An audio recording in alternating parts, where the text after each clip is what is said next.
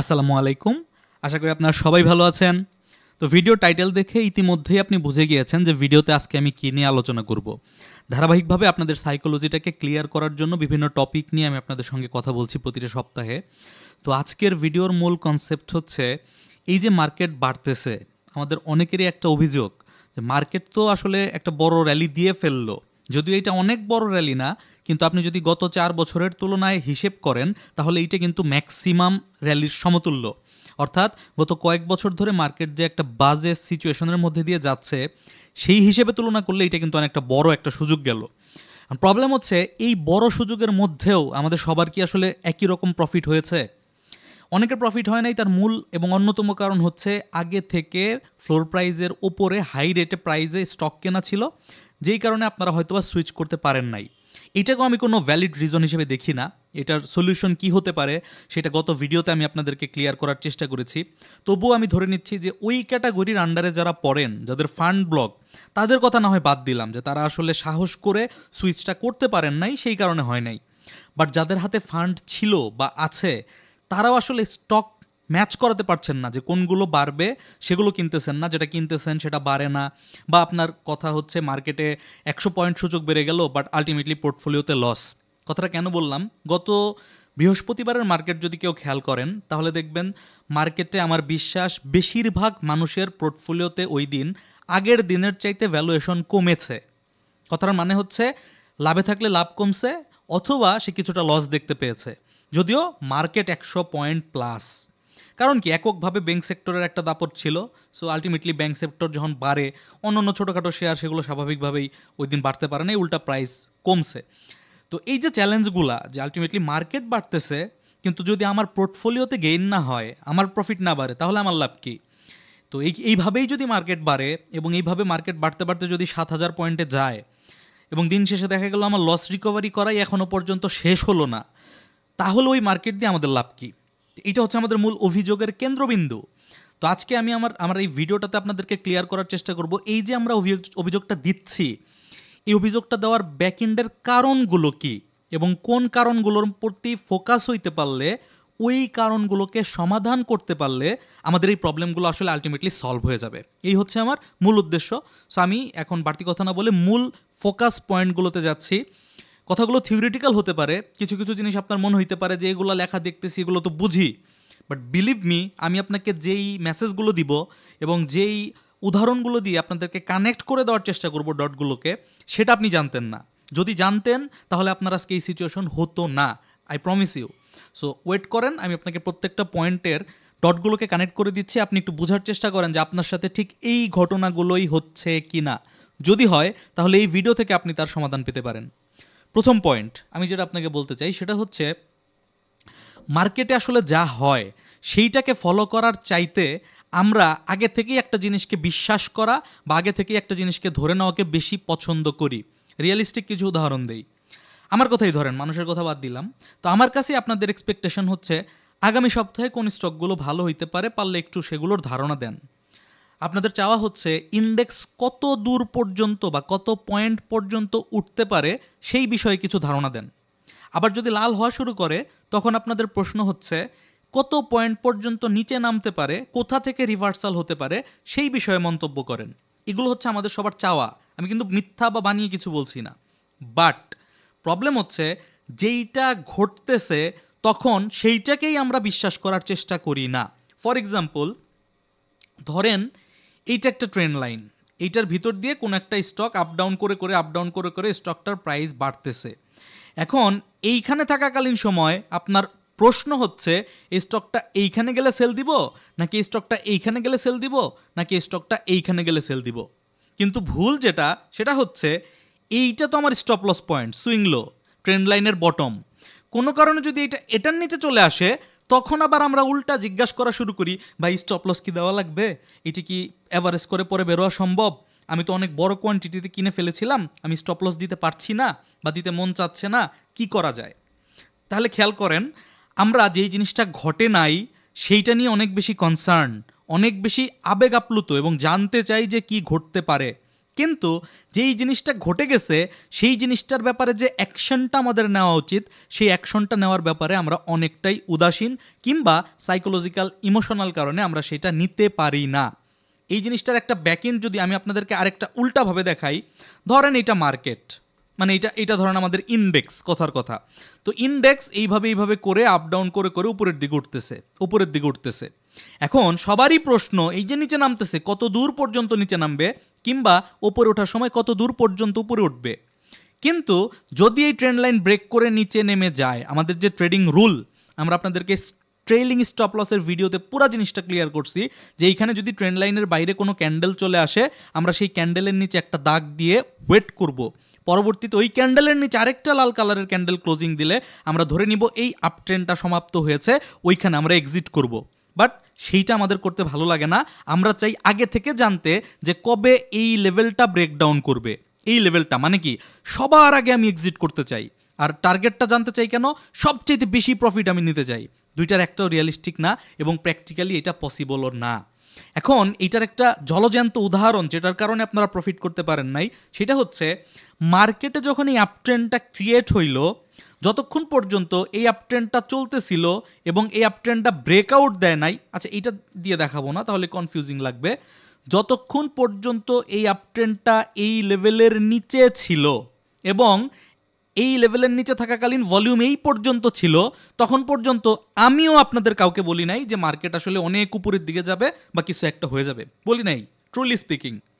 But যখন এই লেভেলটা ব্রেকআউট দিল উইথ হাই ভলিউম, এবং আমি আপনাদেরকে ফেসবুকে একদম লিখিত আকারে একটা পোস্ট দিয়ে বুঝালাম, যখন দেখবেন ওপরের দিকে উঠতেছে এবং আগের দিনগুলোর চাইতে ভলিউম বাড়তেছে, তার মানে হচ্ছে trend is strong, enough strong. আপনি কি মনে করতেছেন আপনার স্টক বাড়ছে কি বাড়ে নাই তাতে কিছু যায় আসে না, বাট ট্রেন্ড স্ট্রং।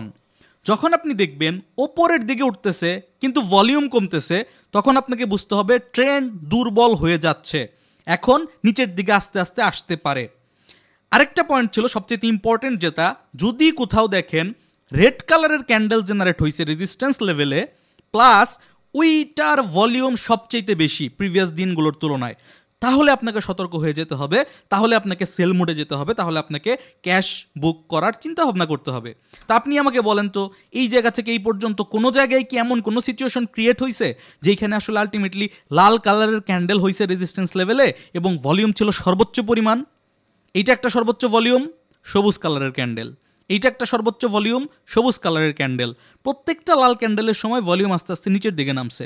এটার মানে হচ্ছে আপনি যদি রুল অনুযায়ী চার্টকে ফলো করতেন, তাহলে এই পুরা পরিস্থিতিটাকে আপনি বিশ্বাস করতেন এবং আপনি বুঝতেন এটা একটা রিয়াল লাইভ আপট্রেন্ড চলতেছে। এখনও পর্যন্ত আমি মার্কেটে যেটা দেখতে পাচ্ছি, অনেক মানুষ প্রায় প্রতিদিনই কয়েকজন মানুষ অ্যাভারেজে আমাকে মেসেজ করে থাকেন বা বিভিন্ন জায়গায় আমার পোস্টের নিচে কমেন্ট করে থাকেন, এইটা একটা আর্টিফিশিয়াল মুভমেন্ট, কারণ এই মুভমেন্টে ম্যাক্সিমাম স্টক বাড়তেছে না, গুটি কয়েক স্টক বাড়তেছে। বিলিভ মি অর দ্যাট, বিশ্বাস করবেন কি করবেন না এটা একান্তই আপনার ব্যক্তিগত ব্যাপার। বিষয়টা হচ্ছে মার্কেট যদি অ্যাকচুয়ালি বুল রান কন্টিনিউও করে, তারপরেও মার্কেটের সকল স্টক বাড়ে না, এটা রিয়ালিটি। কিভাবে কি হয় আমি পরবর্তী পয়েন্টগুলোতে বোঝাচ্ছি, নাহলে ভিডিও অনেক লম্বা হয়ে যাবে।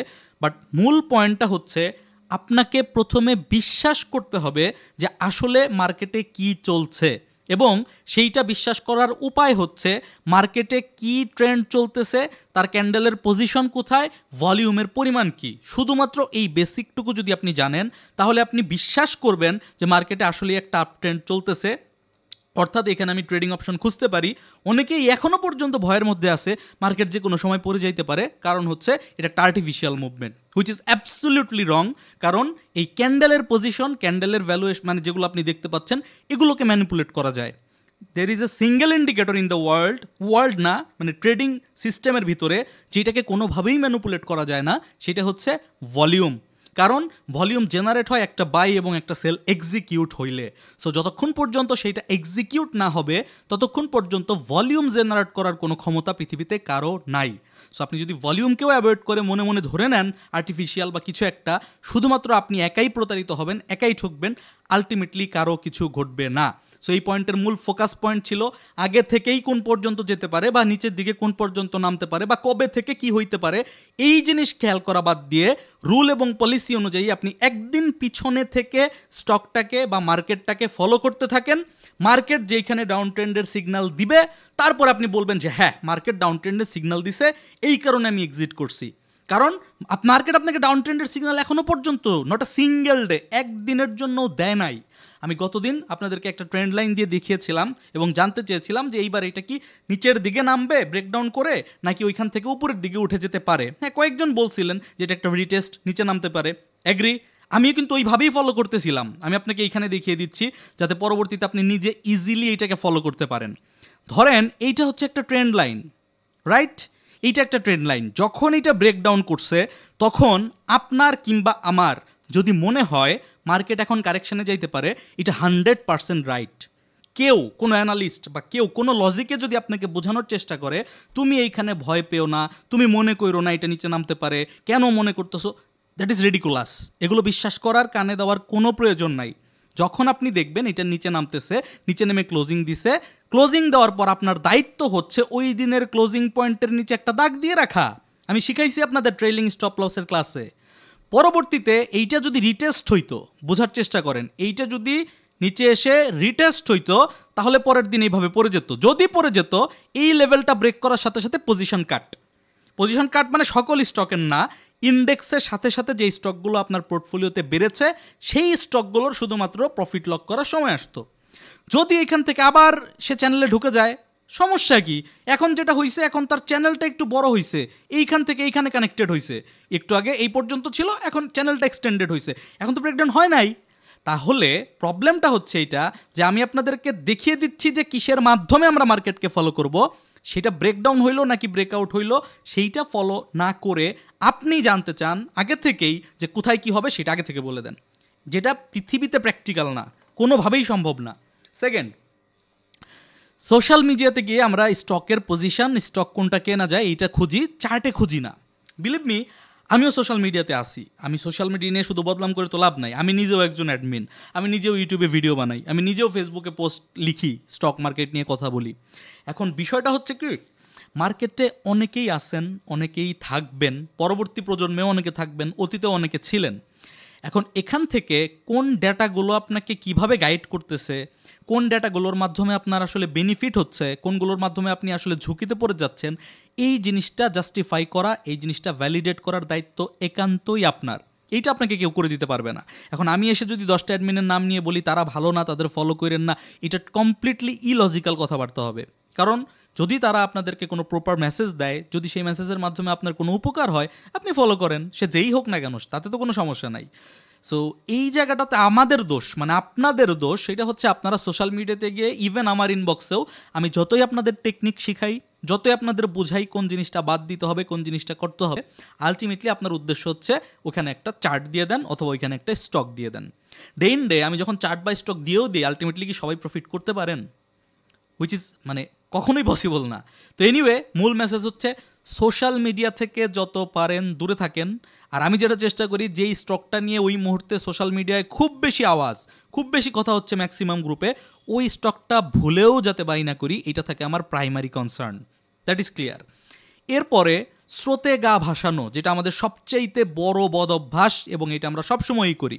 ফর এক্সাম্পল, যখন টেক্সটাইলে ট্যারিফের ঘোষণা আসলো, আমি 1 মাস আগের কথা বলতেছি, কোনো হারে আমি দেখলাম যে টেক্সটাইলগুলো আপনারা সেল করতে থাকলেন, একদম লসে হোক, প্রফিটে হোক, কেনা দামে হোক, মানে সব তো ম্যাক্সিমাম লসেই করছেন, সো সেল করতে থাকলেন। এরপর আবার যখন শোনা গেল যে এইটা নিয়ে নেগোশিয়েট চলতেছে, আবার টেক্সটাইল সেক্টর আস্তে আস্তে আস্তে আস্তে একটা সময় গিয়ে সেটেল হইল। এরপরে যখন জানা গেল যে 37% ট্যাক্স দেওয়া হবে, ইম্পোজ করা হবে নতুন করে, তখন আবার সেম কাহিনী।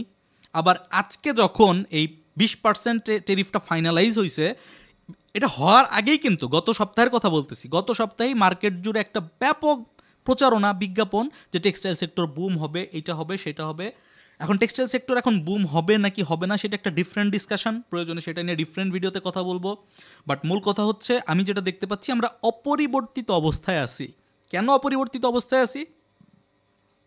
যদি কোনো কারণে আমাদের ট্যারিফটা 25% কিংবা তার থেকে বেশি হইতো, তাহলে আমাদের কম্পিটিটিভ যে মানে আমাদের আশেপাশে যারা আমাদের কম্পিটিটর আছে সেম মার্কেটে, যেমন ভিয়েতনাম, ইন্ডিয়া, তারপর হচ্ছে পাকিস্তান, তারপর হচ্ছে আপনার চায়না, বিশেষ করে ভিয়েতনামটাকে ফোকাস করতে চাই, ভিয়েতনাম, ইন্ডিয়া, তো এদের থেকে যদি আমার ট্যারিফের টোটাল পার্সেন্টেজটা 5%-এর বেশি হইতো, অর্থাৎ তাদের যদি হয় লেটসে 30%, আমার যদি 35%-এর থেকে 1%ও বেশি হইতো, তাহলে আমি আমার কম্পিটিটিভ অ্যাডভান্টেজটা হারিয়ে ফেলতাম।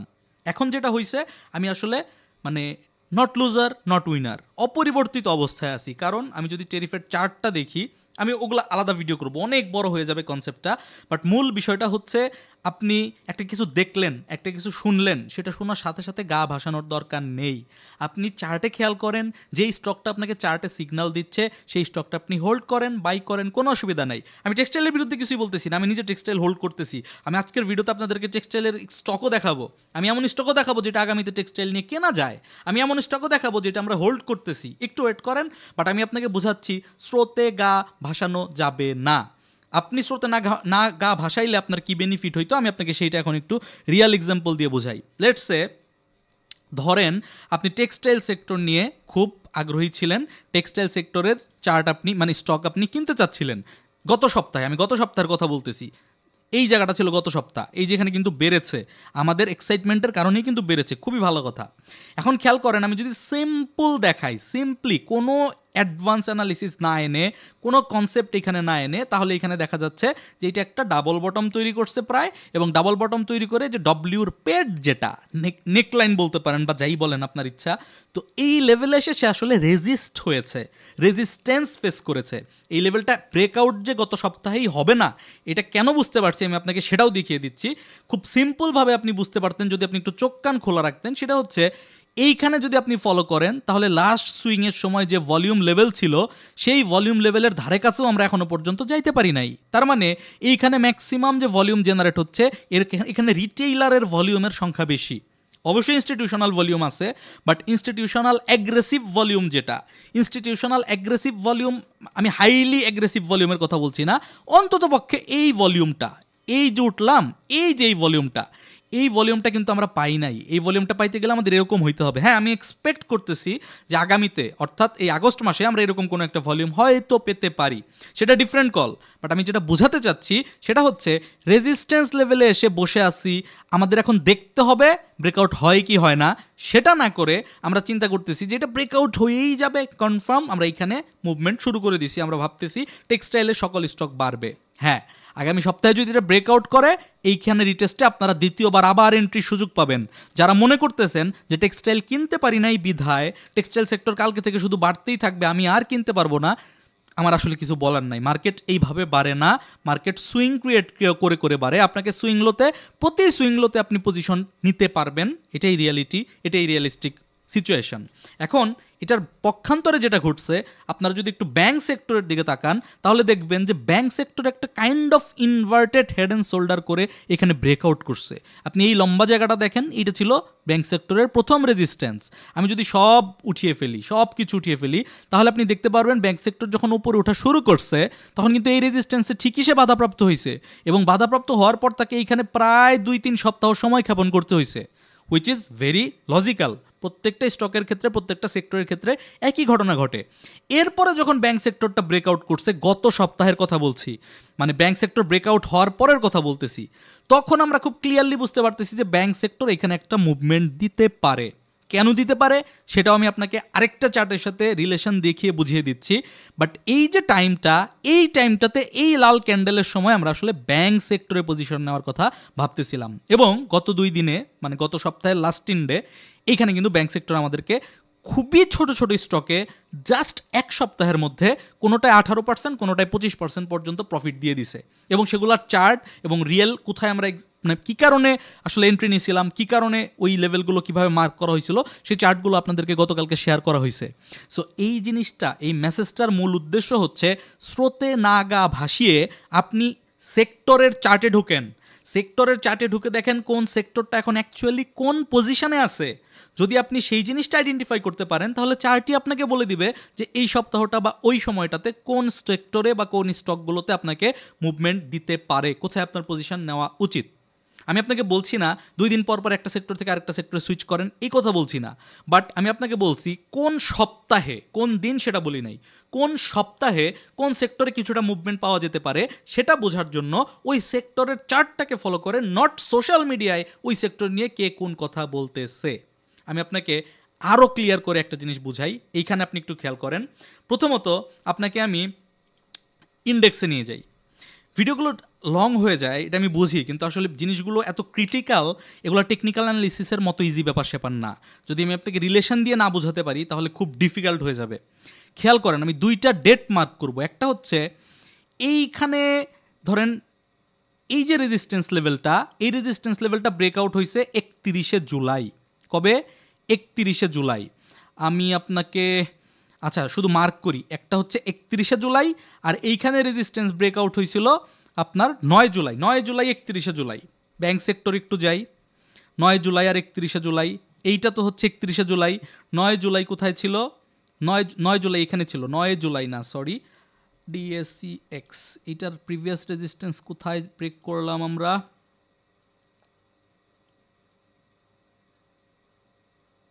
এইখানে একটা ব্রেকআউট দিছি, এইটা আমি ভুলে ওইখানে দেখাচ্ছিলাম। এই যে রেজিস্ট্যান্সটা, এটাকে আমরা ব্রেকআউট দিছি হচ্ছে 23 জুলাই 29 জুলাই। 23 29 ভালোভাবে খেয়াল করেন। 23 এবং 29 জুলাই যদি আমরা ব্যাংক সেক্টরের চার্টে যাই তাহলে আমরা দেখতে পাবো এই যে 23 জুলাইয়ের যে ক্যান্ডেলটা, সেই ক্যান্ডেলটা কিন্তু ব্যাংক সেক্টরেও ব্রেকআউট দিছে। দেখেন এই যে এটা হচ্ছে রেজিস্ট্যান্স। আমি আরও ছোটো করে দেখাই আপনাদেরকে।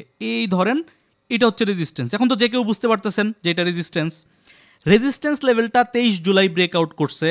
ফলাফল হিসেবে ইন্ডেক্সও ওই একই দিনে তার রেজিস্ট্যান্সটা ব্রেকআউট করছে। পরবর্তীতে গতকালকে ইন্ডেক্স আরেকটা রেজিস্ট্যান্স ব্রেকআউট করছে।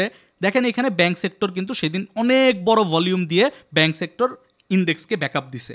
এই কথাটা বলার মানে কি? কথাটা বলার মানে হচ্ছে ব্যাংক সেক্টর মানে মাঝে মাঝে বলতে গেলেও একটু হাসি পায়।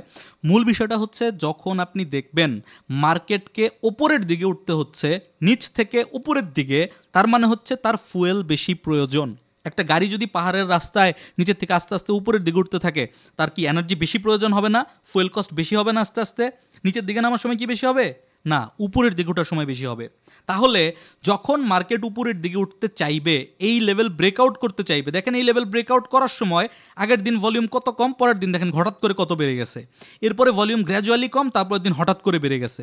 তো যখন দেখবেন মার্কেটের সামনে একটা রেজিস্ট্যান্স আছে, তখন যদি আপনি মনে করেন মার্কেট এইখান থেকে ব্রেকআউট করতে পারবে না, মার্কেট পড়ে যাবে, তাইলে আপনি ভাই আস্তে আস্তে প্রফিট টেকিং করা শুরু করেন, আস্তে আস্তে আপনি সেফ সাইডে যাওয়া শুরু করেন। এগ্রি, আপনার সাথে আমি একমত।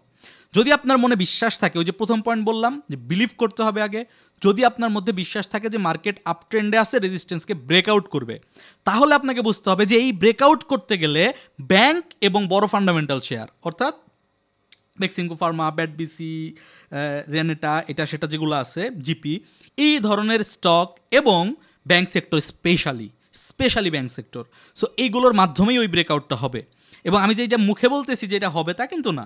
আমি আপনাকে এই ব্রেকআউটের ডাটার সাথে ব্যাংক সেক্টর দেখাইলাম, ওই ব্রেকআউটের গতকালকের ব্রেকআউটের সাথেও ব্যাংক সেক্টরের ডাটা দেখাইলাম।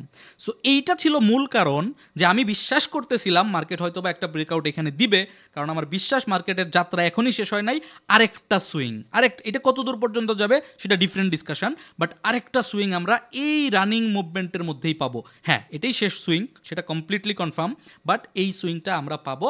এরপরে মার্কেট আবার কারেকশানে যাবে, সাইডওয়েজ হবে, সেটা পরের ব্যাপার। সো এই ব্রেকআউট যেহেতু হবে বিশ্বাস ছিল, তার মানে এখানে ব্যাংক সেক্টরের ভূমিকা থাকাই লাগবে।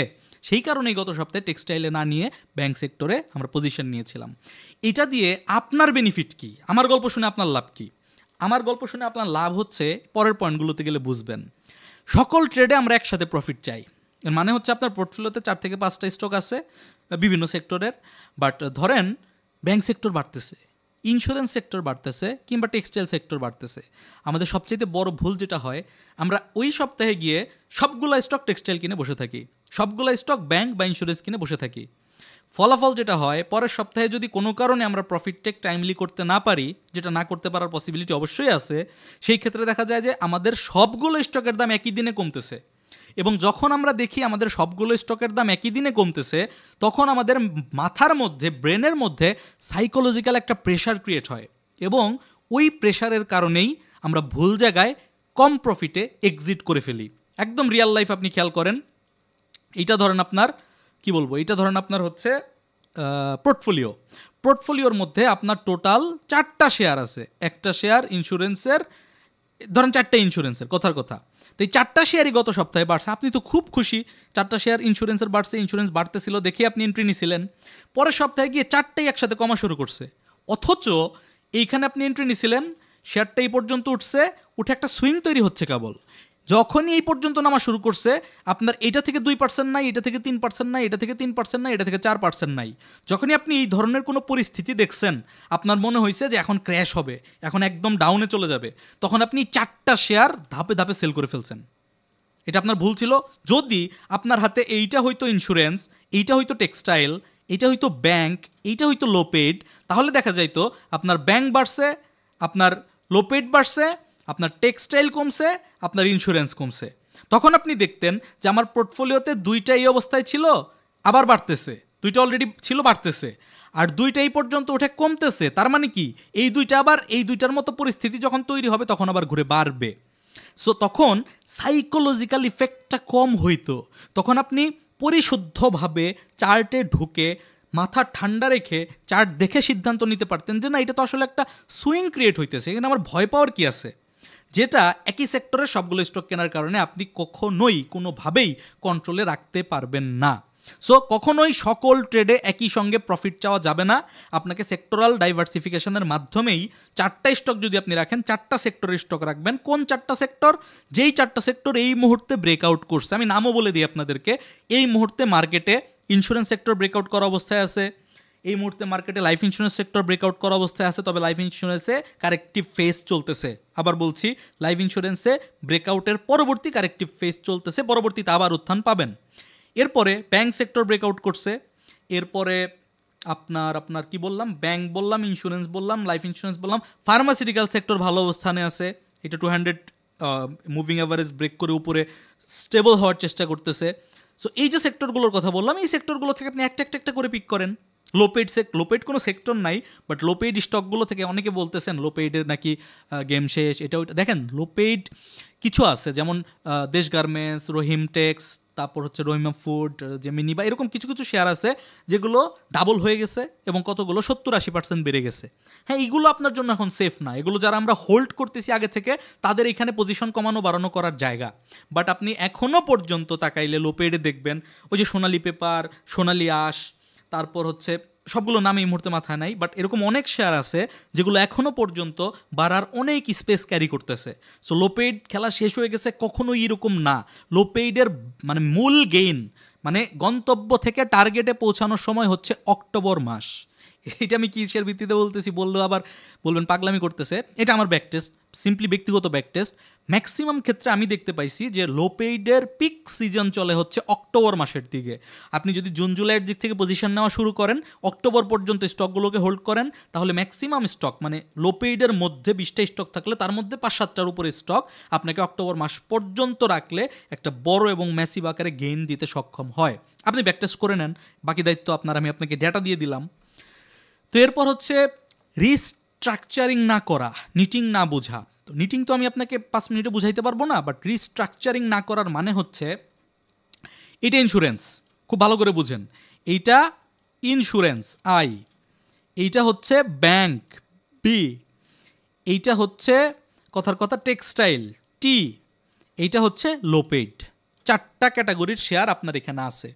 এখন আমাদের মধ্যে 2 ধরনের সমস্যা। একটা হচ্ছে কি, যদি বলি শর্ট টার্ম প্রফিট নিতে, তাহলে একদম সব সেল করে বসে থাকবো, এই ট্রেন্ডি মার্কেটে দেখা যাবে যে কেনারই সুযোগ পাবো না, ওই স্টকটাই পরবর্তীতে আরও বেশি প্রাইস দিয়ে কিনতে হবে। আবার যদি বলি যে একটু হোল্ড করেন, প্রফিটগুলোকে একটু বড় করেন, একদম আমরা হা করে বসে থাকি, মানে আমরা যে একটু নিটিং করব, একটু টেকনিক অ্যাপ্লাই করব, কি করা উচিত সেই জিনিসটাও আমরা অ্যাপ্লাই করতে পারি না। খুব ইজিলি কিভাবে করতে পারেন, চার্ট না দেখে। আমার কথা বোঝার চেষ্টা করেন, আমি কথা বলছি সাধারণ মানুষের জন্য, যারা খুব একটা কিছু চার্ট এগুলো বুঝি না, সময় দিতে পারি না, বাট বাংলায় বললে কি করণীয় সেইটা মাথায় ঢুকবে এবং সেইটা ফলো করতে পারবো। আমি সেটাই আপনাকে বলছি। একটা ইন্স্যুরেন্স আছে, একটা ব্যাংক আছে, একটা টেক্সটাইল আছে, একটা লোপেড শেয়ার আছে, প্রত্যেকটা শেয়ার 1000 করে আছে বা 10,000 করে আছে। কোনো একটা উইকে, ডেইলি বেসিসে না, আবার বলছি ডেইলি বেসিসে না, কোনো একটা উইকে, পার্টিকুলার সপ্তাহে কোনো একটা দিন আপনি দেখলেন যে আপনার বাকি শেয়ারগুলো এইটা 3% বাড়ছে, এইটা 3% বাড়ছে, এইটা 5% বাড়ছে, এইটা 15% বাড়ছে। রিয়েলিটি কিন্তু এইটাই, আপট্রেন্ডে কিন্তু সমস্ত সেক্টর একসাথে একই সপ্তাহে বাড়ে না, রিয়েলিটি এইটা। আপনি এই 15% বেড়ে যাওয়া স্টকটা হাফ কোয়ান্টিটি সেল করে দেন। কথাটা বোঝার চেষ্টা করেন, 15% বেড়ে যাওয়া স্টকটা হাফ কোয়ান্টিটি সেল করে দেন। যেহেতু এই 3টা স্টকও আপনি আপট্রেন্ড দেখেই কিনেছেন, ওই টাকা দিয়ে যেই 2টা সেক্টর সবচেয়ে কম বাড়ছে ওই সপ্তাহে, সেই 2টা সেক্টরের মধ্যে ডিভাইড করে দিয়ে আপনি কোয়ান্টিটি বাড়ান। বুঝাইতে পারছি? এইখানে আপনার এই সেক্টরটাতে ইন্স্যুরেন্সে 5 লাখ টাকার স্টক কেনা ছিল, 2.5 লাখ টাকার সেল করে দেন বা 2 লাখ টাকার সেল করে দেন। সেল করে দিয়ে এই টেক্সটাইল 1 লাখ টাকা নতুন করে ঢুকান, এই লো পেইড শেয়ারটাতে 1 লাখ টাকা নতুন করে ঢুকান। নতুন স্টক না, কিন্তু আমি নতুন স্টক কেনার কথা বলছি না, যেই স্টকটা আপনার পোর্টফোলিওতে আছে কিন্তু কম্পারেটিভলি ওই উইকে কম বাড়ছে, যেটা বেশি বেড়ে গেছে সেটার একটা কোয়ান্টিটি সেল করে দিয়ে সেই টাকা দিয়ে এইখানে আপনি পজিশন বাড়ান। পরের সপ্তাহে দেখবেন এইটা হোক বা এইটা হোক বা এইটা হোক, কোনো একটা আবার 15-20% বাড়ছে বা 10% বাড়ছে, পক্ষান্তরে এইখানে আবার কম বাড়ছে। তখন ওই অংশ থেকে আপনার কোয়ান্টিটি কমিয়ে যেই অংশটা ওই সপ্তাহে কম বাড়তেছে সেইখানে কোয়ান্টিটি বাড়ান। এখানে চার্টের কোনো ভূমিকা নাই, এখানে টেকনিক্যালি এক্সপার্ট হওয়ার কোনো প্রয়োজন নাই। আপনি শুধু খেয়াল রাখবেন, আপনি মনে রাখবেন যে আপনার পোর্টফোলিওতে 4টা সেক্টর আছে, যেই সপ্তাহে যেই সেক্টরে সবচাইতে বেশি ভলিউম হবে, যেই সপ্তাহে যেই সেক্টরে সবচাইতে বেশি ভলিউম হবে, আমি ওই সেক্টরের স্টকটার পজিশন সাইজ কমাবো। পক্ষান্তরে যেই সেক্টরগুলোতে ভলিউম খুব কম হয়েছে, এখনও পর্যন্ত বাড়ে নাই, কিন্তু ব্রেকআউট করা সেক্টর হইতে হবে, এটা মাথায় রাখতে হবে, ব্রেকআউট করা সেক্টর হইতে হবে, ওইটার মধ্যে আমরা পজিশন বাড়াবো।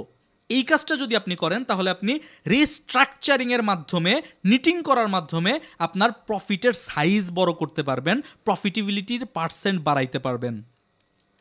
কোন লেভেলে কোনটা মুভ করবে বুঝতে না পারা সবচেয়ে বড় জটিল সমস্যা হচ্ছে এইটা। তো এইটা বুঝতে না পারার মূল কারণ হচ্ছে আপনারা জানতে চান যে রবিবারে কোনটা বাড়বে অথবা রবিবারে কোনটা কমবে। এইটা আসলে বলা পসিবল না, এটা আমিও জানি না, আমার নলেজে নাই যে কিভাবে এই জিনিসটা মানুষ জানে বা কিভাবে মানুষ এই জিনিসটা বলে। এইটা আপনি বলতে পারেন যে শুল্ক নিয়ে একটা নিউজ আসছে বৃহস্পতিবারে, আগামী রবিবারে টেক্সটাইল বাড়তে পারে। এটা একটা ইভেন্ট, বোঝার চেষ্টা করেন, এইটা একটা ইভেন্টের কারণে এটার হয়তোবা মুভমেন্ট আপনি দেখতে পাবেন। এইটা তো কোনো এমন না যেটা প্রতি সপ্তাহেই প্রতি সেক্টরে একটা করে ইভেন্ট ক্রিয়েট হবে আর সেই ইভেন্টের কারণে আপনি বলবেন পরের সপ্তাহে টেক্সটাইল বাড়বে, পরের সপ্তাহে ইন্স্যুরেন্স বাড়বে। ইটস নট লাইক দ্যাট, এটা এইভাবে ওয়ার্ক করে না। আপনাকে যেটা করতে হবে, আপনি অ্যাটলিস্ট উইকলি বেসিসে ফোকাস করার চেষ্টা করেন। উইকলি বেসিসে যখন আপনি ফোকাস করার চেষ্টা করবেন, গত সপ্তাহে কেন ধরেছিলাম এই সপ্তাহে ব্যাংক সেক্টর আমাদেরকে প্রফিট দিয়ে যাবে, সেটার রিয়েল এক্সাম্পল আমি আপনাকে চার্টে দেখাইছি, কোনো লজিকে না, কোনো ইভেন্টে না, কোনো ইপিএসের ডাটা দিয়ে না। মার্কেটকে ব্রেকআউট করতে হবে এবং ব্রেকআউট করতে হইলে ইন্স্যুরেন্স সেক্টর দিয়ে ব্রেকআউট করা সম্ভব না, কোনো ছোট স্টক দিয়ে, জাঙ্ক শেয়ার দিয়ে ব্রেকআউট করা সম্ভব না, কারণ মার্কেট এখন উপরের দিকে আছে, ভলিউম বেশি লাগবে। তার মানে ব্যাংক সেক্টরকেই এখানে লিডিংয়ে আসতে হবে যদি তাকে ব্রেকআউট করতে হয়। এখন যদি আপনি মনে করেন যে এখন একটু মার্কেট স্লো থাকতে পারে, এখন একটু মার্কেট সাইডওয়েজ মুভমেন্ট করতে পারে, তাহলে নতুন করে আপনি ব্যাংক সেক্টরের দিকে চিন্তা নাও করতে পারেন, কারণ ব্যাংক সেক্টর তখনই বাড়বে যখন মার্কেটে ভলিউম বেশি হবে। আবার আপনি যদি দেখেন যে না, মার্কেট ট্রেন্ডেই আছে, গতকালকে যে ভলিউম হয়েছে ওই ভলিউমটাকে ধরেই সে রাখতেছে, তাহলে বিশ্বাস করেন আর না করেন, এখনও বলছি যে যত কথাই বলুক, এখনও ব্যাংক সেক্টরের পার্টিকুলার কিছু ব্যাংক মুভ করবেই। কারণ হচ্ছে ইন্ডেক্স আমাদের যেই পজিশনে আছে, এই পজিশন থেকে যদি তাকে উঠা শুরু করতে হয়, এটা কিন্তু খালি চোখে দেখা যাচ্ছে 5 নাম্বার ওয়েভ, 5 নাম্বারই হবে না এখন ওয়েব 3 চলে, এগুলো পরে আমরা বিবেচনা করার সুযোগ পাবো, অনেক সময় পাবো, বাট এখনও পর্যন্ত খালি চোখে যেটা দেখা যাচ্ছে এইটা কিন্তু 5 নাম্বার ওয়েভ। এখন 5 নাম্বার ওয়েভ কি নর্মাল 161% পর্যন্ত এক্সটেনশন হবে, নাকি 5 নাম্বার ওয়েভটাও অনেক স্ট্রং ট্রেন্ড থাকার কারণে, ভলিউম অব্যাহত থাকার কারণে এক্সটেন্ডেড হয়ে 5800 প্লাস করতে পারবে? এইটা আমাদের সময়ের সাথে সাথে লক্ষ্য করতে হবে। এইটা আমি জানি না ভাই, এটা পৃথিবীর কেউ জানে না, যে বলতেছে সে চাপা চালাচ্ছে। যেহেতু আমরা জানি না, আমাদের কাজ হচ্ছে ভলিউমের দিকে খেয়াল রাখা। ভলিউম যদি এখানে খুব ড্রাস্টিক্যালি ফল করে, তাহলে আপনাকে বুঝতে হবে যে এই ওয়েভ 5টা আর অল্প কিছু মুভমেন্ট দিয়ে এরকম শেষ হয়ে যাবে। ভলিউম যদি এখান থেকে গ্রো করতে থাকে, আপনাকে বুঝতে হবে আমার গন্তব্য হয়তো বা পরবর্তী রেজিস্ট্যান্স পর্যন্ত, এবং পরবর্তী রেজিস্ট্যান্স এইটা। মার্কেটে এইটা ছিল প্রথম রেজিস্ট্যান্স, এইটা দ্বিতীয় রেজিস্ট্যান্স, এইটা তৃতীয় রেজিস্ট্যান্স। প্রথমটাও আমরা ব্রেকআউট করছি, কোনো বাধা ছাড়াই ব্রেকআউট করছি। দ্বিতীয় এবং মেইন যেটা ছিল সেটাকে আমরা বাধা পেয়ে কারেকশানে এসে তারপরে ব্রেকআউট করছি। এটাই হচ্ছে স্ট্যান্ডার্ড ওয়ে। এবং ফাইনাল রেজিস্ট্যান্স আপাতত এই ট্রেন্ডের জন্য এই পর্যন্ত। আমি বলতেছি না 5839 যাবে, এটা আজকেই বলা পসিবল না, বাট যদি এটা একটা এক্সটেন্ডেড ওয়েভ 5 হয় এবং ভলিউম কন্টিনিউ করে, তার পক্ষে যাওয়া পসিবল। এবং যদি তাকে এইটুকু যেতে হয়, ব্যাংক সেক্টরের সাপোর্ট লাগবে।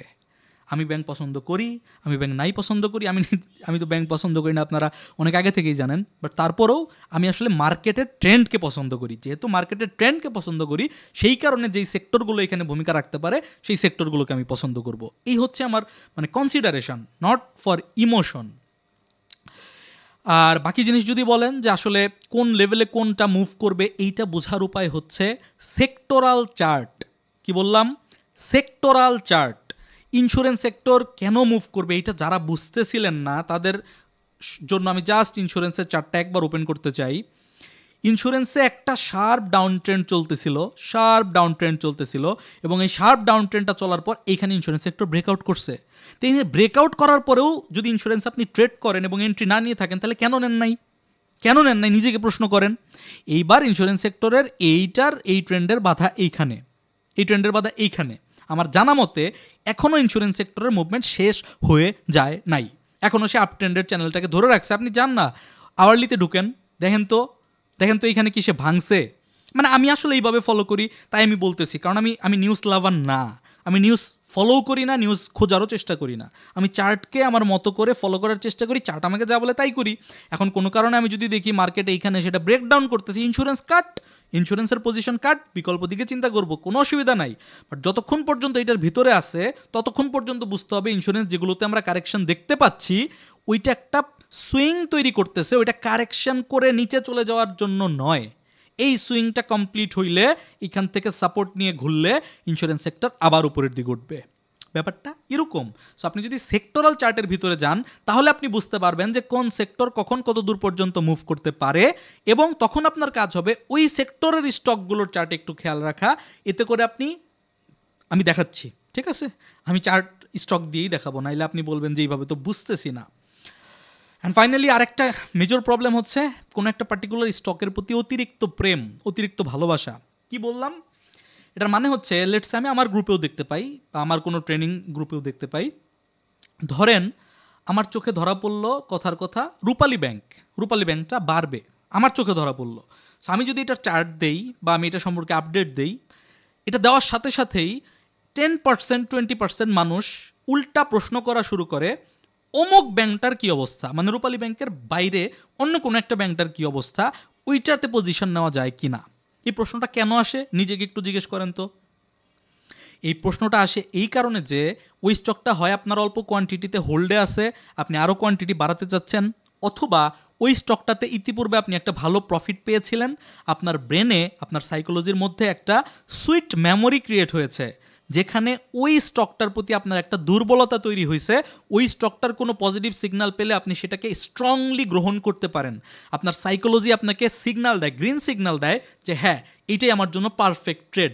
সো এই জিনিসটা থেকে আমাদেরকে বেরিয়ে আসতে হবে। এইটা উপকারী জিনিস না, এইটা কোনো অ্যাঙ্গেলেই কোনো উপকারী জিনিস না, এটা আমাদের জন্য হার্মফুল একটা জিনিস।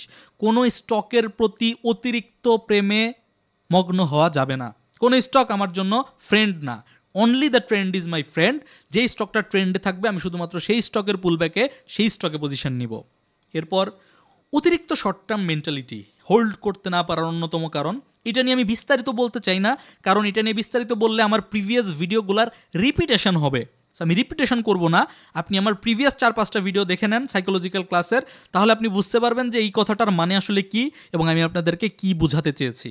একটা গুরুত্বপূর্ণ পয়েন্ট এবং আমাদের একটা মেজর ভুল, সেটা হচ্ছে বাড়ার পরে ধাপে ধাপে কোয়ান্টিটি অ্যাড করা। এটা করতে হয়, কিন্তু আমরা যেটা করি, কোনো স্টক বেড়ে গেলে ওইটা আমার হোল্ডে থাকলে আমরা তখন নতুন একটা স্টক খোঁজা শুরু করি। এটা সবচাইতে মানে পৃথিবীর সবচাইতে বড় একটা ভুল। কেন এটা পৃথিবীর সবচাইতে বড় একটা ভুল আমি আপনাকে রিয়েল এক্সাম্পল দিয়ে এখন একটু দেখাতে চাচ্ছি, এটা পরে বোঝাচ্ছি। আমি আপনাকে 2টা চার্ট দেখাচ্ছি। একটা হচ্ছে এই দাগাদাগি বাদ দেন, এই যে 1 2 3 4 5 এটা হইছে না হয় নাই না ভুল হইছে, আমি সেই তর্কে জড়ানোর মানুষ না, আমি সেই তর্কে জড়াইতে ভালোবাসি না। এগুলো আমার ব্যাক টেস্ট, এগুলো আমার হোমওয়ার্কের রাফ খাতা বলতে পারেন। টাইম টু টাইম এগুলো চেঞ্জ হয়, আপডেট হয়, মডিফাই হয়। সেগুলো দেখে মুখস্থ কোনো কিছু ফলো করেন না, বিপদে পড়তে পারেন। যেটা বোঝানোর চেষ্টা করতেছি সেইটা বোঝার চেষ্টা করেন। আমি আপনাদেরকে একটা ডেটা দেখাই, একটা আপডেট দেখাই। আপডেটটা হচ্ছে 1 জুন 2025 সালের জুন মাসের 1 তারিখের আপডেট। এবং এইখানে আমাদের মধ্যে অনেক মানুষ আছে যারা আমরা আসলে বারবার চার্ট দেখবো, সেক্টর চেঞ্জ করবো, স্টক চেঞ্জ করবো, এগুলো পছন্দ করি না। এগুলো আমাদের একটু কমপ্লিকেটেড মনে হয়। আমরা চাই একটা স্টকে আমরা পজিশন নিব 5 বছরের জন্য না, ডিভিডেন্ডের জন্য না, বাট আমরা একটা স্টকে পজিশন নিব 6 মাস 1 বছর হোল্ড করব। 1 বছর পরে যাতে আমার টাকাটা অ্যাটলিস্ট 30-40% 25% গেইন আমাকে দেয়, ব্যাংকের থেকে ডাবল যাতে আমি গেইন জেনারেট করতে পারি, এবং সাউন্ড স্লিপ অর্থাৎ টেনশন মুক্ত ঘুম যাতে আমি প্রতিদিন পাই। সো এই ক্যাটাগরির মানুষ যারা আছে, দেখেন এখানে স্পেসিফিকভাবে উল্লেখ করা আছে যে ট্রেড না করে ট্রেডের পাশাপাশি ইনভেস্টমেন্টে আগ্রহী তাদেরকে 2টা স্টক, জাস্ট 2টা স্টক রিকমেন্ড করা হয়েছে টেক্সটাইল সেক্টর থেকে। যখন জুন মাস চলে তখন কিন্তু টেক্সটাইলের এই যে মানে ট্যাক্সের ইস্যু, এইটা বাড়বে কমবে, এই যে মার্কেটের রিউমার, এগুলো নিয়ে কোনো ইস্যু ছিল না। এখানে খেয়াল করেন জুন মাসের 1 তারিখে বলা হয়েছে মালিক স্পিন 22 টাকার মধ্যে কালেক্ট করার জন্য, 22 টাকার আশেপাশে, এবং সাইহাম কটন এটা 12 টাকার আশেপাশে করার জন্য। টার্গেট কত আপনি দেখতে পাচ্ছেন, আমি এগুলো উচ্চারণ করতে চাচ্ছি না, আমি আপনাকে ইনফ্লুয়েন্স করতে চাচ্ছি না। এই টার্গেটগুলো লং টার্ম ইনভেস্টমেন্টের টার্গেট, তবে বিনিয়োগের লং টার্ম মানে 5 বছর 10 বছর নয়, ওইটা শুধুমাত্র ডিভিডেন্ড ফোকাস স্টকের জন্য প্রযোজ্য। বিনিয়োগের লং টার্ম ইনভেস্টমেন্ট মানে আমি মনে করি এটা লং টার্ম ইনভেস্টমেন্টের সংজ্ঞায় পড়বে না, কিন্তু আবার থিওরিটিক্যাল ভুল ধরতে আসেন না। আমার লং টার্ম ইনভেস্টের পলিসি হচ্ছে 6 মান্থ প্লাস, আবার বলছি 6 মান্থ প্লাস। 6 মান্থ থেকে শুরু করে 1-1.5 বছর, 1 বছরেই থাকি আমি ভাই, মানে এর বেশি যাইতে চাই না, এত ধৈর্য বাঙালি নাই, আমারও নাই। তো এনিওয়ে যেটা দেখাইতে চাচ্ছি, মালিক স্পিন 22 টাকার আশেপাশে, সাইহাম কটন 12 টাকার আশেপাশে 1 জুন। একটু চার্টটা খেয়াল করেন, আমি একদম মার্ক করে দিছি, এইটা হচ্ছে 1 জুন, দেখেন নিচে এই যে 1 জুন। ওকে ফাইন, 1 জুন স্টকটার দাম ছিল 22 টাকা 10 পয়সা, 22 টাকা আশেপাশে ছিল বাই রেঞ্জ। এখন সবাই কিনে নাই সেটা আমি জানি, আমি বলতেছি না কে কত প্রফিট আছে, আমি আপনাকে পয়েন্টটা বোঝানোর চেষ্টা করতেছি যে কেন একটা স্টক বাড়লে অন্য স্টক না কিনে সেই স্টকে কোয়ান্টিটি বাড়াইতে হয়। এটা হচ্ছে আমার ফোকাস পয়েন্ট। আমি আপনাকে এই পয়েন্টটা যাতে আপনার ব্রেনে খুব ভালোভাবে ঢুকে, এই জন্য 2টা চার্ট দিয়ে বোঝাবো, আর কোনো কিছু না, এটা আমার ক্রেডিট নেওয়ার কিছু নাই। দেখেন এইখানে একজন যেই রেটে স্টকটা যেই বাই করছে না কেন, আপনি চার্টের দিকে তাকিয়ে বলেন যে তারপর কোনো দিন দ্বিতীয়বারের জন্য তাকে কি লস দেখতে হয়েছে? দেখতে হয় নাই, কিন্তু একটাতেই হয়েছে এরকম। আসেন সাইহাম কটনেরটাতে আমরা একটু যাই। সাইহাম কটনেরটাতে আমি আপনাকে আবার সেই 1 জুনে নিয়ে যাচ্ছি। 1 জুন এই সবুজ কালারের ক্যান্ডেল, এই সবুজ কালারের ক্যান্ডেলও ওই সেম 12 টাকা 20 পয়সা, মানে যেই রেঞ্জটা ছিল প্রত্যেকটা স্টক 10-20 পয়সা আশেপাশে ছিল। আচ্ছা, এইটাতে এই দিনই কিনুক আর রিটেস্টের পরেই কিনুক, যখনই কিনুক না কেন, এই ক্যান্ডেলের নিচে কোনোদিনও কি এই স্টকটাকে যেতে হয়েছে? টেক্সটাইলের কি নিউজ আসছে, টেক্সটাইলের কি হয়েছে, শুল্ক 37%-এও চলে গেছিল, শুল্ক আবার 20%-এ ফিরেও আসছে। আমার কথাটার মানে হচ্ছে শুল্ক 37%-এ যাবে, মার্কেট কমবে, শুল্ক কমবে, মার্কেট বাড়বে, শুল্ক আরও কমবে, মার্কেট ব্রেকআউট করবে, সবই ঠিক আছে। বাট আপনাকে স্টকে পজিশনটা বুঝতে হবে। আপনি যদি একবার পজিশনটা বুঝতে পারেন, মার্কেটের এই নিউজগুলোর কারণে যে ইভেন্ট তৈরি হবে সেগুলো আপনাকে এক একটা সুইং উপহার দিবে, বাট আপনাকে কোনো দিনই লসে নামাইতে পারবে না। এখানে যদি আপনি এই 2টা চার্টে একটা জিনিস ফোকাস করেন, তাহলে হচ্ছে এই লেভেলে যখন সুইং ক্রিয়েট করার পর পরবর্তীতে যখন একটা সে সুইং ব্রেকআউট করলো, এইখানে যখন সে সুইং ব্রেকআউট করলো, এই সুইং ব্রেকআউটে কিন্তু আরেকটা রিএন্ট্রির সুযোগ তৈরি হয়েছে। এই সুইং ব্রেকআউটে আরেকটা রিএন্ট্রির সুযোগ তৈরি হয়েছে। যদি সেইখানে কোয়ান্টিটি বাড়ায় কিংবা রিটেস্টের পরে কোয়ান্টিটি বাড়ায়, হয়তো তাকে এখানে 1 মাস হোল্ড করতে হয়েছে, পরবর্তীতে কিন্তু তার কোয়ান্টিটি সহ ডাবল কোয়ান্টিটিতে সে প্রফিটে আছে। আপনি যদি মনে করেন এখানে এই 1-2টা স্টকের এই ঘটনা ঘটছে, তাহলে আমি আপনাকে আরেকটা ডেডিকেটেড ভিডিওতে 10-20টা স্টক দিয়ে একই জিনিস দেখাইতে পারবো। দ্য থিং ইজ, বিষয়টা আপনাকে বুঝতে হবে। আপনি বলতে পারেন যে ভাই জুন মাসের 1 তারিখে কিনছেন, আজকে আগস্ট মাসের 1 তারিখ, 2 মাস হয়ে গেছে, অথচ কেনার পর থেকে স্টকটা মাত্র 20%-এর কাছাকাছি বাড়ছে। আপনার স্টেটমেন্ট যদি এইটা হয় ইনভেস্টমেন্টের ব্যাপারে বা 6 মাস 1 বছরের ইনভেস্টমেন্টের ব্যাপারে, তাহলে ভাই আসসালামু আলাইকুম, আমি আপনার জন্য প্রযোজ্য না, আপনিও আমার জন্য মানে আমি কিউপি দিয়ে যে ধরনের অডিয়েন্স খুঁজতেছি, অনলি কোয়ালিটি পিপল, তার আন্ডারে আপনি পড়েন না, অথবা আমি কোনো কোয়ালিফাইড টিচার বা কোয়ালিফাইড এডুকেটর না যে আপনাকে বুঝাইতে পারবো যে 2 মাসে একটা ইনভেস্টমেন্ট স্টক যদি 20% প্রফিটে থাকে সেটা কত সুন্দর এবং কত ভালো একটা জিনিস, এটা আমি আপনাকে বুঝাইতে পারবো না যদি আপনার মনে হয় 2 মাস অনেক বেশি একটা সময়। সেম থিং এইখানেও হবে, এইখানেও যারা এই স্টকটা কিনছে সেও এখন 18%-18%-এর আশেপাশে, 12 টাকা 20 পয়সা থেকে যদি 13 টাকা 20 পয়সা, কত 14 টাকা 20 পয়সা, 2 টাকা বাড়ছে। তো 2 টাকা বাড়ছে মানে একটু কম আছে 20%-এর, হয়তো 18%-এর মতো হবে। বিষয়টা কি সেটা এখন খেয়াল করেন।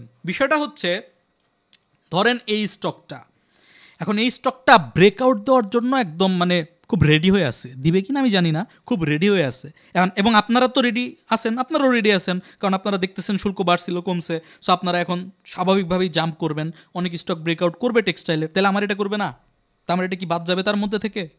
তাহলে আমার এটা যদি ব্রেকআউট করে, এখানে যদি ব্রেকআউট করে এবং আপনারা যদি এন্ট্রি নেন, তাহলে আমাদের যাদের এন্ট্রি এই 12 টাকা 10-20 পয়সাতে আছে তার ব্যাপারটা কি ঘটবে? তার ব্যাপারটা ঘটবে, সে তখন 30% প্রফিটে চলে যাবে এবং সে স্টপ লস রাখছিল কত টাকায়? এই যে সাইহাম কটন কেনার সময় বলা ছিল 11 টাকার নিচে গেলে স্টপ লস, কিন্তু ব্র্যাকেটে not required, you can add more quantity. মালিক স্পিনের পিছনে বলা ছিল 21 টাকার নিচে গেলে stop loss, not required, you can add more quantity. আপনারা যারা মনে করেন ট্রেডার মানে ইনভেস্টমেন্ট বুঝে না আর ইনভেস্টর মানে ট্রেডিং বুঝে না, তাদের জন্য সমবেদনাই জানাচ্ছি। মানে ইনভেস্টমেন্ট মানে ট্রেডিং ইনভেস্টমেন্ট যেটাকে বলে, আমি ইনভেস্টমেন্ট বলতে মানে 5 বছর 10 বছর বুঝি না। সো ট্রেডিং ইনভেস্টমেন্টের ক্ষেত্রে আমি কখনোই স্টপ লস ইউজ করি না, কিন্তু আমাকে বুঝতে হবে যে আমি কোন স্টকের বেলায় স্টপ লস ইউজ করলাম না। সেটা যদি আপনি বুঝতে না পারেন, একবার যদি একটা ভুল স্টকে স্টপ লস ইউজ না করেন, তাহলে কিন্তু একদম আমসালা সব যাবে। সেই দুটো স্টকে কিন্তু আমাদের কোনো স্টপ লস ছিল না, কোয়ান্টিটি বাড়াইতে বলা হয়েছিল। তো পার্থক্যটা হচ্ছে, এখন আপনি এখানে ব্রেকআউট করবেন, আমরা যারা এইখানে কিনেছি, এই জায়গায় কিনেছি, আমাদের বর্তমান স্টপ লস হয়ে আছে 13 টাকা 10 পয়সা, এবং যখন যেই মাত্র আপনি এখানে একটা ব্রেকআউট করাবেন, তখন আমার স্টপ লস হয়ে যাবে এই ক্যান্ডেলের নিচে 14 টাকা 20 পয়সা। এটার মানে কি? এটাই হচ্ছে ট্রেলিং স্টপ লসের মজা। সো এখন যদি মার্কেট বাড়ে বা কমে যাই হোক না কেন, 14 টাকা 20 পয়সার নিচে না নামা পর্যন্ত আমি কিন্তু সেল করব না, আমার কিন্তু কেনা 12 টাকা 10-20 পয়সা। এবং আপনাকে সুন্দর করে দেখাই যে এই স্টকের টার্গেট কিন্তু 19-20 বলা আছে। কেন বলা আছে? লং টার্ম ইনভেস্টমেন্টের জন্য বলা আছে। এখন আপনি বিশ্বাস করেন বা নাই করেন, এই স্টকটা এই জায়গায় আমরা বিক্রি করব যারা ইনভেস্টমেন্ট করেছি। এখন সেটা আমরা আগামী 2 মাসের মধ্যে করব না আগামী 6 মাসের মাথায় করব, এটা আমি সত্যিই জানি না। তবে আপনারা যদি অ্যাগ্রেসিভ থাকেন, আপনারা যদি নিউজের কারণে বেশ ভালোভাবে মার্কেটটাকে উঠান, তাহলে আমরা খুব দ্রুতই করতে পারবো। সেম থিং মালিকের জন্য, আপনি যদি মালিকের দিকে তাকান, এখানে বলা আছে ট্রেডিংয়ের টার্গেট, এটা তো পার করে আসছি, এটা এখন দেখার কিছু নাই, 27, 34 অ্যান্ড ফাইনাল টার্গেট 42 ইনভেস্টমেন্টের জন্য। সো 27, 34 আর 42-এ ফোকাস করি। 27-এর টার্গেট আপনাদের বদৌলতে আগামীকালকে আমরা পেয়ে যাব, রাইট? কোনো ভুল কিন্তু নাই, 27.8 লেখা আছে, যদিও এটা উঠিয়ে দিচ্ছি। তার মানে যারা এই লেভেলগুলোতে কিনছি তারা আগামীকাল 25% প্লাস মাইনাস প্রফিটে উঠে যাব আগামী রবিবার। এবার আমাদের সাইকোলজির ওপর নির্ভর করবে আমরা কত দূর পর্যন্ত হোল্ড করতে পারি। আমরা যদি হোল্ড করতে পারি ওভার দ্য ইয়ার, আবার বলছি, আমরা যদি হোল্ড করতে পারি ওভার দ্য ইয়ার, তাহলে কিন্তু আমরা যদি এই সুইং হাইতে, এই যে 40-42 টাকাতে আমরা যদি টার্গেট ধরি, ইনভেস্টমেন্টের টার্গেট, ঠিকই কিন্তু পাবো টুডে অর টুমোরো। এবার যদি আপনি খেয়াল করেন যে 22 টাকা থেকে 42 টাকার মাঝখানে প্রায় 100%-এর কাছাকাছি গ্যাপ, অর্থাৎ টাকা অলমোস্ট দ্বিগুণ হওয়ার একটা সুযোগ। আমি কিন্তু বলতেছি না এখনই হবে। আপনি যদি এখান থেকে দেখেন, এই যে ট্রেন্ড কেবল এখানে ব্রেকআউট করছে, আমি কিন্তু ব্রেকআউটে না, আমি কিন্তু একদম লোয়েস্ট বটমে পিক করছি, মানে আমি করি নাই, আমি বলতেছি না এই সবগুলো স্টক আমার হোল্ডিংয়ে আছে, আমি কোয়ান্টিটি বাই করি, বাড়াই কমাই সবই ঠিক আছে। আমি দেখাচ্ছি যে আমি যেই স্টকগুলো নিয়ে যেইভাবে ফোকাস করি, যেভাবে ফলো করতেছি, সেটার কারণ কী ছিল এবং কিভাবে আমাদের ফলো করা উচিত। সো এখন যখন একটা স্টক এইখানে ব্রেকআউট করবে, ব্রেকআউটের পরে রিটেস্ট তো হবে টুডে অর টুমোরো। এই যে লোকটা 12 টাকা দিয়ে কিনছে, এখানে যাওয়ার পর তার প্রাইস 15 টাকার উপরে উঠে গেছে, এরপরে যখন 14 টাকায় নামবে, সে কোয়ান্টিটি বাড়াবে। সে কোয়ান্টিটি বাড়াইলে কি হবে? এইখানে ধরেন তার 1 লাখ শেয়ার ছিল, এখান থেকে আপনারা যখন দাম বাড়াবেন, এরপর আবার একটু প্রফিট টেক করবেন, ওই যে শর্ট টার্মে বেরোয় যাবেন আপনারা যারা, তাদের কথা বলতেছি। এটা বাড়লো, আপনি পরের দিন এখানে আবার শর্ট টার্মে প্রফিট টেক করলেন, প্রফিট টেক করার কারণে একটু বেড়ে আবার নিচে নামলো। যখনই নিচে নেমে আরেকটা সুইং ক্রিয়েট করবে, এই যে ট্রেন্ড লাইনটা চলতেছে না, এই ট্রেন্ড লাইনের এইখানে যখন আসবে, তখন আপনি বেরোয় যাবেন, আমি এখানে কোয়ান্টিটি বাড়াবো। আমি এখানে কোয়ান্টিটি বাড়াইলে যেটা হবে, আমার কেনা আছে মাত্র 12 টাকা সামথিং, আমি এখানে যখন 14 টাকার ঘরে কোয়ান্টিটি বাড়াবো, আমার কেনা হবে 13 টাকা সামথিং। মার্কেট প্রাইস কিন্তু আর 13 টাকার নিচে নামবে না, আগামী 1 বছরেও না। আমার কথা বুঝছেন? মার্কেট প্রাইস 13 টাকার নিচে নামবে না আগামী 1 বছরেও না। এবার যদি আমি আমার সাইকোলজিকে শুধুমাত্র ট্রেন্ড রাখতে পারি, আমি যদি আমার সাইকোলজিকে শুধুমাত্র নিয়ন্ত্রিত রাখতে পারি, তাহলে কিন্তু আমি আমার 12 টাকার স্টকটাকে 20 টাকায় সেল করতে পারবো। এখন সমস্যা হয়েছে ওই জায়গায়, ভাই এটা কবে পারবো যদি এই প্রশ্ন করেন, তাহলে কবি নীরব। কবে পারবো এটা আমার জানার বিষয় না। আমার বিষয় হচ্ছে ওভার দ্য ইয়ার আমি কত পার্সেন্ট প্রফিট করতেছি। আমার টার্গেট হচ্ছে ওভার দ্য ইয়ার পোর্টফোলিওকে ডাবল করা। আমার টার্গেট এইটা না যে আমার আসলে কবে ওইখানে হিট করবে সেই দিন তারিখ জানা, কোনো প্রয়োজন নাই। মার্কেটের হাতে ছেড়ে দিব, মার্কেট আমাকে দিবে, আপনারা দিবেন। এই যে আপনারা এখানে কেনার পরে প্রাইস বাড়বে, আপনারা শর্ট টার্ম প্রফিট টেক করার পরে প্রাইস কমবে। প্রাইস কমার সময় আমি আমার ট্রেন্ড লাইনের সাপোর্ট দেখে এই জায়গায় নতুন করে কোয়ান্টিটি বাড়াবো, আবার কেউ কিনবে, আবার নিচে আসবে, আবার কেউ কিনবে। আলটিমেটলি আমি আমার মেইন সাপ্লাই জোন, যেটা মেইন সাপ্লাই জোনে যেই দিন পৌঁছাবে, যদি পরিস্থিতি স্বাভাবিক থাকে, যদি পরবর্তীতে দেখি আরও শুল্ক টুল্ক হাবিজাবি অন্য কোনো কিছু হয়েছে, অলরেডি 20% প্রফিটে আছে, আগামী সপ্তাহে আপনারা 25% প্রফিট করে দিবেন, সো তখন আমরা বের হইতে পারবো, ওটা কোনো সমস্যা না। দ্যাট মানে কথার মূল অবজেক্টিভটা ছিল এইটা যে আপনি স্টক বাড়ার পরে ধাপে ধাপে কোয়ান্টিটি অ্যাড করেন, নতুন স্টক খুঁজেন না। আমার কাজ এখন এইটা না যে টেক্সটাইল সেক্টরে আগামী সপ্তাহে কোন স্টক বাড়তে পারে, নতুন একটা স্টক খুঁজি। আমার কাজ হচ্ছে এই দুইটা স্টকের আপনি ব্রেকআউট করবেন, আমি হোল্ড করব, কিছু প্রফিট টেক করলেও করতে পারি আপনি ব্রেকআউট যেদিন করাবেন সেই দিন। এরপরে আপনি যেদিন প্রফিট টেক করবেন নিচের দিকে আসবে, তারপরের দিন আমি আবার সেই কোয়ান্টিটিটাই বাই ব্যাক করবো। বুঝাইতে পারছি? এইভাবে যখন মার্কেটে আপ ডাউন হয়, ওই সুইংয়ের আপ ডাউনে যেহেতু আপনার নিচে কেনা, আপনি যতই কোয়ান্টিটি অ্যাড করেন আপনার অ্যাভারেজ বাই রেট সবসময় মার্কেটের রেটের নিচে থাকবে।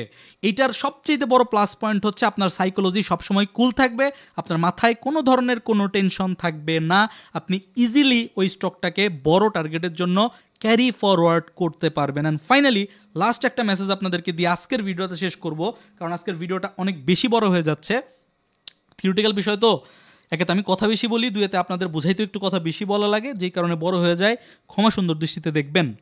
লাস্টটা হচ্ছে সবার আসলে মার্কেটে আসাটা উচিত হয় নাই। আমার দুই একটা ছোট অভিজ্ঞতা বলে শেষ করব। স্টক আছে, স্টকও দেখাবো। ভাই যদি আপনি বুঝেন তাহলে এইখানেও আপনার জন্য স্টক ছিল, স্টক নিয়ে আপনি ধারণা পাইছেন।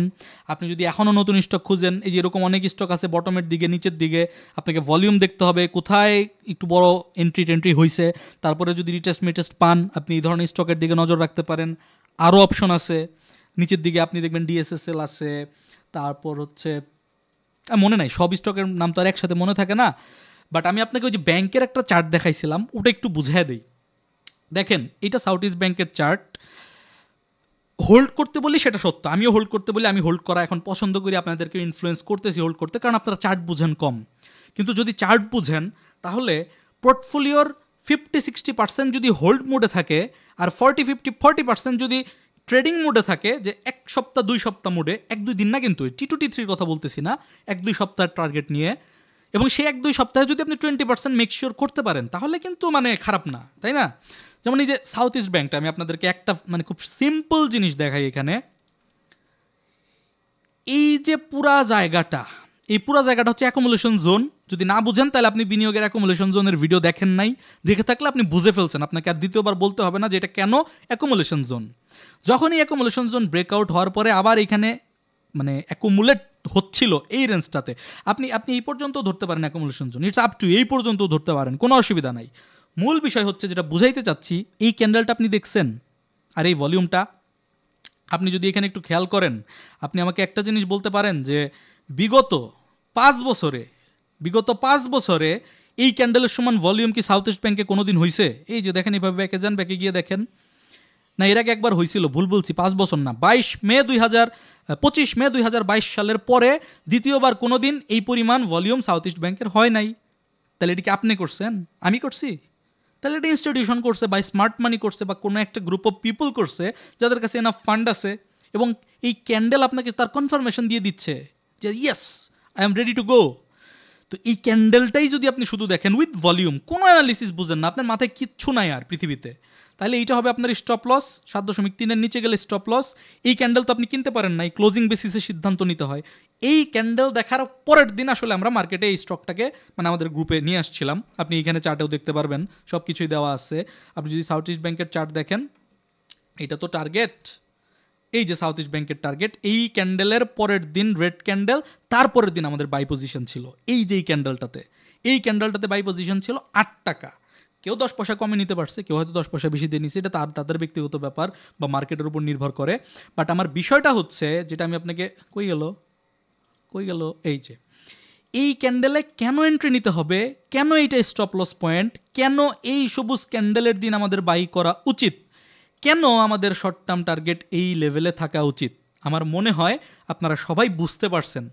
আমার এই অংশটুকুর উদ্দেশ্য ছিল একটা ট্রেড প্ল্যান কিভাবে করতে হয় শুধুমাত্র ক্যান্ডেল এবং ভলিউম দেখে, এবং টার্গেট কিভাবে সিলেকশন করতে হয় সেটা বোঝানো, এবং এই ভলিউমের পর এই টার্গেট পেতে স্বাভাবিকভাবেই 7 দিন হবে আমিও জানতাম না, বাট আমার একটা স্ট্যান্ডার্ড আইডিয়া ছিল যে 15 দিনের মধ্যে হয়তো বা আমরা এই টার্গেটটা পেতে পারি। পাশাপাশি ওই যে ইন্ডেক্স ব্রেকআউট করলে ব্যাংক সেক্টর লাগবেই, ওইটা ছিল একটা বড় ইনফ্লুয়েন্স পয়েন্ট যেটার কারণে আসলে আমরা সাহস পেয়েছি। তো সবার মার্কেটে আসা উচিত নয়, এই কথাটার মানে হচ্ছে কিছু মানুষ মেসেজ করেন বা প্রশ্ন করেন, ভাই আমার বেক্সিমকো কেনা 120 টাকা 150 টাকা, তো এখন ফ্লোর প্রাইজে আছে, আই নিড হেল্প, আমাকে পরামর্শ দেন কিভাবে আমি এই লসটা রিকভার করতে পারি। বুঝছেন কথা। আবার ফরচুন কেনা 70 টাকায়, এখন 16, 17, 18 টাকা, এখন উনি পরামর্শ চাচ্ছেন যে এই লসটা আমাকে রিকভার করার জন্য অন্য আরেকটা আইটেম দেন, যেই আইটেমটা এই ফরচুনের লসটাকে নাকি রিকভার করবে। আবার ওনার কাছে নতুন করে ফান্ড অ্যাড করার মতো কোনো টাকা নাই। কথাগুলো বুঝছেন। এগুলো কিন্তু মানে আমি কাউকে ছোট বড় করার জন্য বলতেছি না এবং বানিয়েও বলতেছি না, প্রত্যেকটা রিয়েলিস্টিক ডাটা। এই কথাগুলোর মানে হচ্ছে আমাদের বোঝা উচিত যারা এইভাবে আমরা মার্কেটকে চিন্তা করি বা যারা আমরা ভাবি বিনিয়োগের কাছে কিংবা যে কারো কাছে কোনো একটা কিছু জিজ্ঞেস করলে ওই লোকের পক্ষে সম্ভব এই ধরনের অ্যাবনর্মাল লসকে রিকভার করে দেওয়া, এই ধরনের অ্যাবনর্মাল পরিস্থিতির বিপরীতে গিয়ে একটা সলিউশন দেওয়া, তারা আসলে লজিক বোঝার চেষ্টা করি না, তারা আসলে অন্ধবিশ্বাস করি। সেটা যদি আপনি আমাকেও করেন তাও আমি বলবো আপনি আমাকে অন্ধবিশ্বাস করতেছেন, আপনার উচিত হবে আমাকে অন্ধবিশ্বাস না করার। একটা বড় গ্রুপ অফ পিপল, মানে অনেক বড় একটা অংশ আছে যারা প্রতিনিয়ত বলেন যে ব্যাংক থেকে লোন করে, ফ্রেন্ড থেকে লোন করে, কিংবা স্যালারির টাকা ছিল প্রভিডেন্ট ফান্ডে সেটা জমিয়ে এটা সেটা অমুক তমুক করে ওই টাকা ইনভেস্টমেন্ট করেছিলাম, এখন এত % লসে আছি, একটা রিকভারি প্ল্যান দেন। এক্ষেত্রে যে ঘটনাটা ঘটে, আপনি রিভেন্স ট্রেডের শিকার হন। একটা প্রপার ট্রেড না পেয়েও আপনি জাস্ট আপনার লস রিকভারি করার জন্য অ্যাগ্রেসিভ মোডে আরও একটা বাড়তি শেয়ার, মানে উঠতি শেয়ার অনেকখানি বেড়ে গেছে, এইরকম একটা শেয়ারে ঢুকে প্রপারলি চার্ট বোঝার না কারণে সেইখানে আবার নতুন করে লস অকার করেন। সো আমি কথা বাড়াবো না, কারণ এই ভিডিওটা আপনারা পুরোটা দেখবেন না, সেটা আমি জানি, না দেখেন অসুবিধা নেই, আমার পরিশ্রম করার আমি করতেছি। বিষয়টা হচ্ছে যাদের হাতে এনাফ অলস মানি না থাকে, অর্থাৎ আজকে আপনি মার্কেটে 10 লাখ টাকা ইনভেস্ট করছেন, আগামী মাসে আপনি নতুন করে 10 লাখ টাকা ইনভেস্ট করার প্রয়োজন নাই, বাট প্রয়োজন পড়লে আগামী মাসে আপনি আবার নতুন করে 1 লক্ষ টাকা এখানে রিইনভেস্ট করতে পারবেন, এই ধরনের ক্যাপাবিলিটি যাদের নাই তাদের শেয়ার মার্কেটে কোনো জায়গা নাই। কথাটা শুনতে খারাপ শোনাবে, আপনি আমাকে দুটো গালিও দিতে পারেন মনে মনে, কথা সত্য, বাট ইউনিভার্সাল রুল এটাই বলে শেয়ার মার্কেটে যারা প্রফিট করে বেরিয়ে গেছে বা প্রফিট করতেছে তাদের ব্যাকগ্রাউন্ড চেক করলে আপনি দেখবেন শেয়ার মার্কেট আসলে টাকাওয়ালা মানুষের টাকা বাড়ানোর জায়গা। কথাটা বোঝার চেষ্টা করেন, টাকাওয়ালা মানুষের টাকা বাড়ানোর জায়গা। আপনারা যারা এখনও পর্যন্ত ইনভেস্টমেন্টে আসেন নাই কিংবা খুব অল্প পরিমাণ ইনভেস্ট করছেন 2 লাখ 4 লাখ 5 লাখ, এবং আপনাদের ওইটাই মানে অ্যাকচুয়াল সঞ্চয় বা লোন বা কিছু একটা, আপনাদের হাতে নতুন করে আর টাকা রিইনভেস্ট করার মতো টাকা নাই, আমি আপনাদেরকে বলবো, হাত জোর করে বলবো, মার্কেট পজিটিভ আছে, আরও কিছুটা মার্কেট পজিটিভ থাকবে ইনশাল্লাহ। এই সুযোগে যতটুকু লস রিকভার করতে পারেন আপনি আপনার টাকাটাকে প্রোটেক্ট করে একটা ফিজিক্যাল ব্যবসায় মনোনিবেশ করেন, যেটা আপনার ফ্যামিলি ব্যাকগ্রাউন্ডের সাথে যায় অথবা আপনার সাথে যায়, অথবা আপনি সেটাকে নতুন করে অভ্যস্ত হইতে পারবেন।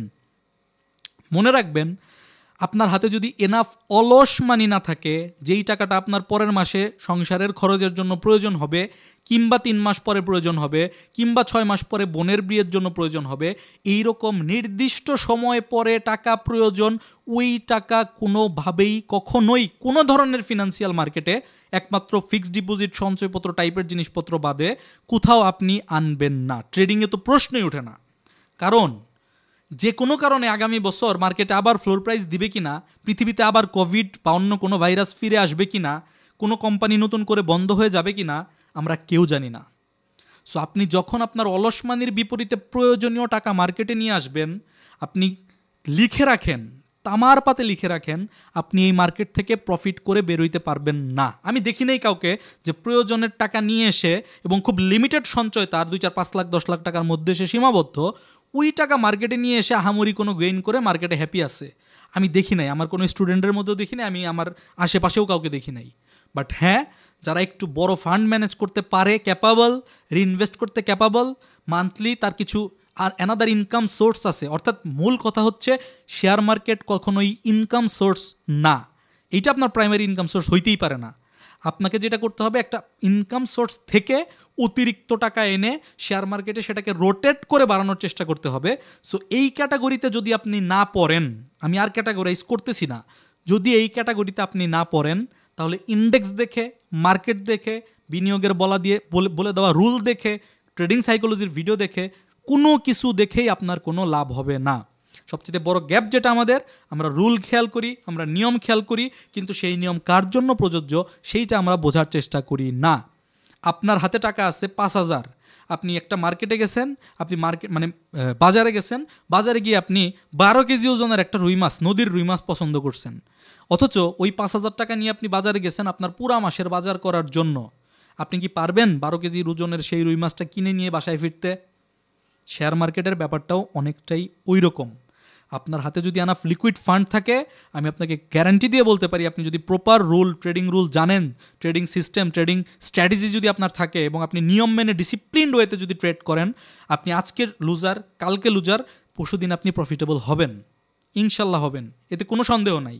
কিন্তু ওই যে লিমিটেশন, যে 12 কেজির কাতল মাছ আপনি কিনতে আসছেন, টাকা আছে 5,000 এবং আপনি মনে করতেছেন যে 5,000 টাকাকে শেয়ার মার্কেটে 20,000 25,000 টাকায় রূপান্তর করা সম্ভব, 5 লাখ টাকাকে আগামী বছর 20 লাখ টাকায় রূপান্তর করা সম্ভব, এগুলো শুধুমাত্রই থিওরি, এগুলো প্র্যাকটিক্যালি পসিবল না। সো জানি আজকের ভিডিওটাতে আপনারা অনেক কিছুই এলোমেলো হয়ে যাবেন, এবং এটাও জানি আপনাদের মধ্যে অনেকেই একটা পার্সেন্টেজ অফ টাইম এই ভিডিওটা দেখে বাকিটুকু স্কিপ করে দিছেন।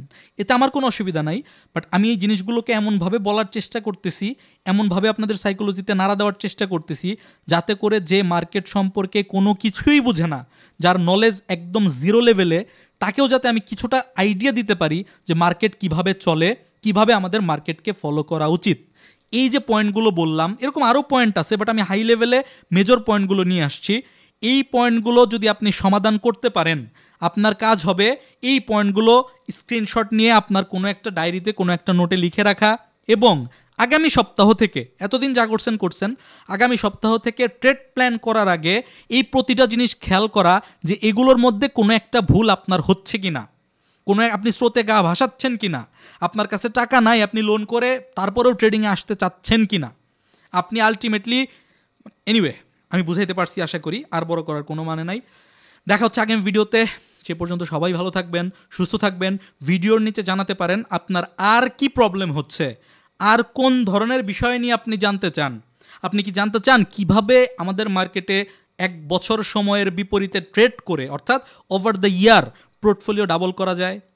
পোর্টফোলিও ডাবল করার, 1 বছরে পোর্টফোলিও ডাবল করার টেকনিক বা স্ট্র্যাটেজিগুলো বা নিয়মগুলো কী হওয়া উচিত, সেই বিষয়ে যদি আপনি জানতে চান, কিংবা আপনার যদি আরও অন্য কোনো সমস্যা থাকে, ওই স্টকটা কত দূর পর্যন্ত যাবে, এখন আমার কি করা উচিত, এই প্রশ্ন ব্যতীত কোনো লজিক্যাল কোনো প্রশ্ন থাকে, ভিডিওর কমেন্ট সেকশনে কমেন্ট করে জানাবেন। আমি আপনাদের কমেন্টগুলোর বেসিসে পরবর্তী সপ্তাহে আবার নতুন কোনো ভিডিও নিয়ে আসার চেষ্টা করব। সে পর্যন্ত সবাই ভালো থাকবেন, সুস্থ থাকবেন। আল্লাহ হাফেজ, আসসালামু আলাইকুম।